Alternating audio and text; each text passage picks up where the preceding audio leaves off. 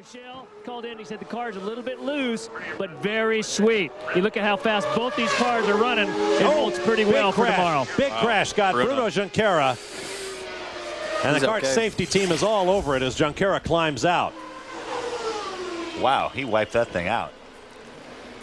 Very messy, and the red flag comes out with... That's going to be the end of the session. Yeah, no question about that. Only 2.5 minutes to go. Paul Tracy on provisional pole. Scott Dixon had just moved to second. Kenny Brack to third. And the checkered flag waves with the red. Here's another look at Junqueira. The right front suspension was already broken there. I wonder if he clipped the inside wall through the kink. Through the kink, yeah. Our pictures coming from Canadian television. See Junqueira being tended to on the wall.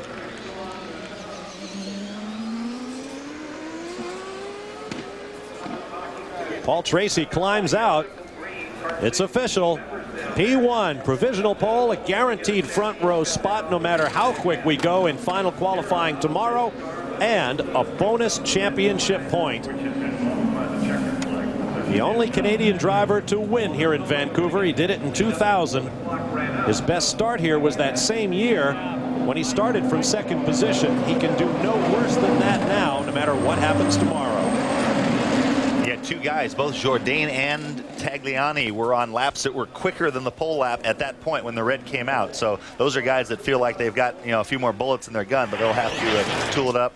And again, you see the right front is down before he has the big impact with the wall. And like Townsend said, he could have clipped it. If he clipped it back at the kink, though, it obviously didn't fail right. Then it probably failed when he went to the brakes. Yeah, either a failure or it clipped something there. I want to point out I was nowhere near him when that happened. Yeah, you can see whatever happened as soon as he went to the brakes, the right, that's man. Big hit. I see both front suspension failed there. Or I shouldn't use the term failed, but both front suspension to me looked like they were collapsed. Before he hit on the left side. Yeah. There's Junqueira. Dr. Terry Trammell, the orthopedic specialist for the CART FedEx Championship Series, and does such miraculous work from Methodist Hospital in Indianapolis. And you saw how quickly the Simple Green safety team jumped on that. I mean, the car barely stopped, and these guys came running. Fortunately, they were parked not far away. A massive crash. And that means Junqueira, having caused that red flag with just less than 2.5 minutes to go in the session, he too loses his quick lap, and that drops him down to 13th place. Standing by with our provisional pole sitter, Calvin Fish. PT, pole position on day one is big here, locked into the front row. No, that's great. I mean, it's great for Team Cool Green. We've been working so hard all year, and we just haven't had any luck. And I was able to put a good lap together, you know, on that second run on my basically what was my warming up lap to start a run, and then there was a whole line of cars in front of me, and then I was trying to set up. I only had one more lap left, so it's great to have some good luck. I mean, I feel bad for Bruno. It looked like a big crash. I hope he's all right. But, you know, it feels good to be on front row, get an extra point. We're locked on the front row, so that's great. On your first run, you were very frustrated with traffic, and then the first red flag for Jimmy's crash. The car is very good, and it seems like every time I get to go, there's a car in front of me, and then a red comes out. So we've just been plagued with that kind of bad luck. So I was finally able to do my time and then have the red come or have, you know, somebody else have a problem. So it's feels good. I mean, I'm really happy for Team Cool Green. On home soil, you're so strong in Toronto, and mechanical issues with the Lola cost you there dearly with the brakes. I spoke to Steve Challis a little earlier in the show. He said that you guys are getting on top of things. Do you now feel confident with this car that you can drive it flat out and it's going to get there? For sure. I mean, we're making changes to the car all the time and putting our own little tweaks on the car and what we feel is right for both Dario and myself and Michael. I mean, it's all individual preference, so getting the car right for the driver. And you know, Cleveland was a great race for us. We started 11th and got a 3rd, and we were able to pass people and move forward. So if we can have a good race Sunday, it'll bring us right up in the points. All right, PT, great job today. Thanks. We understand that Bruno Junqueira is okay and out of the car, guys, so that's good news. There's Dario Franchitti and Adrian Fernandez. Don Halliday as well, talking things over. Everything looks pretty amicable right now. We're told it wasn't quite so amicable a few minutes ago.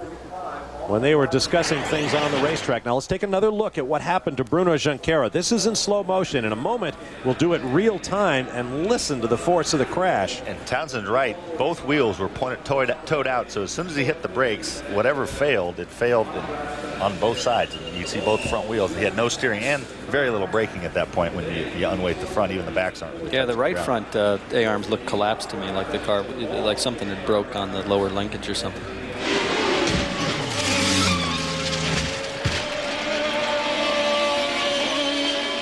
That was a good lick. The first hit was probably against concrete, I think, over there. That's a big hit.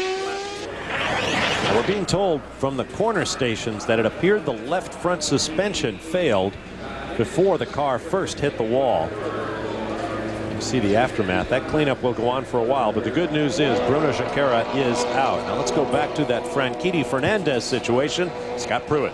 We talk about how difficult it is coming off a red and how frustrating it is. You just had some words.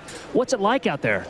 You know, I'm in here and I came up to see Adrian. I said, Adrian, you know, I didn't get one clear lap my last run there. I'm half a second up on my quickest lap. You know, we're easy, good enough for the pole. And I meet Adrian going slowly. The problem is Adrian's meeting somebody else going slowly who's meeting somebody else going slowly right now. So nobody's getting any clear laps. Nobody's getting out of the way. Nobody's sort of respecting each other, as it were. And so some guy screws you up, you screw the other guy up. You know, and it's just a mess. It's just right now you know, everybody's on the track the last 10 minutes. You know, then a yellow comes out or a red as happened there, and you know, that should be over. You talk about how frustrating it is. Will this make you change or at least look at your strategy exactly when you might go out? I know you have to go out at the last minute to get that quick lap, but you also don't want to get blocked. You don't want to get blocked. And the problem is if you head out there, let's say after 20 minutes, you end up meeting the people on your quickest lap near the end of your run. You start meeting the guys who are coming out their pits on cold tires, and they don't get out your road anyway. So what do you do? It's frustrating, especially the car is fantastic. I mean, as I said, I'm half a second up. You know, right now to do the pole position lap wouldn't have been a problem, but unfortunately there's a lot of cars in front of me. Well, good luck for tomorrow. Dario feeling very confident for tomorrow. Let's go a little further down to Calvin Fish. Calvin? Well, we're down here with Bill Pappas, who is Bruno Junqueira's engineer. Bill, you've seen on the big screen here at the track the incident. Any clue as to what happened to Bruno's car? Nah, there was no warning. He had caught traffic. He had just done a really good time, and it was looking like he was going to have a really fast lap on the next one. And I look up on the screen, and the wheels are pointing in the two different directions. So I don't know what had happened, whether we had a failure or he had clipped the wall the previous corner. So we'll just have to look at the data and see. Okay, mate. Well, we understand that Bruno's okay. I know he didn't say anything to you when he got out of the car, but we understand he's okay. Good to hear. We'll be back tomorrow. And so will we. Thanks to Bill Pappas. There's a look at the wreckage of Junqueira's car being brought in on the hook with the yellow diaper beneath it. Here's another look at what happened. And both front wheels already bowed out at that point. Oh, concrete wall right there. It's really odd for both to fail like that. Yeah, it almost makes you think there's some shared linkage or something for both sides, but glad he's okay. Well, getting back to what Dario Franchitti had to say about traffic. In this morning's practice, Kenny Brack set fastest time at 61.359. No one got within half a second of that in this afternoon's first round of qualifying, which begs the question, why not go out earlier when you have the track to yourself?